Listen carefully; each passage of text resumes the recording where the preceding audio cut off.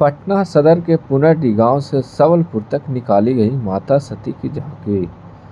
बता दें, होली के दूसरे दिन हर साल की तरह इस साल भी माता सती की झांकी निकाली गई, जो पुनरडी गांव से सबलपुर तक करीब लाखों की संख्या में दर्शकों एवं भक्तों की भीड़ देखने को मिला, जिसमें लोगों ने होली गीत एवं गान बजान के साथ भारी उत्साह में दिखे।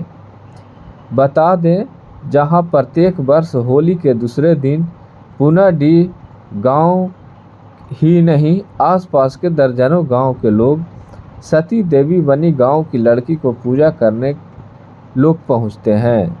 फिर उसी लड़की को डोली में बिठाकर पूरे इलाके में जुलूस की शक्ल में घुमाया जाता है। हजारों लाखों लोग सती देवी बनी लड़की का आशीर्वाद लेने यहां पहुंचते हैं। लोगों की माने तो सैकड़ों साल से यह प्रथा चलती आ रही है। देखें आगे रिपोर्ट।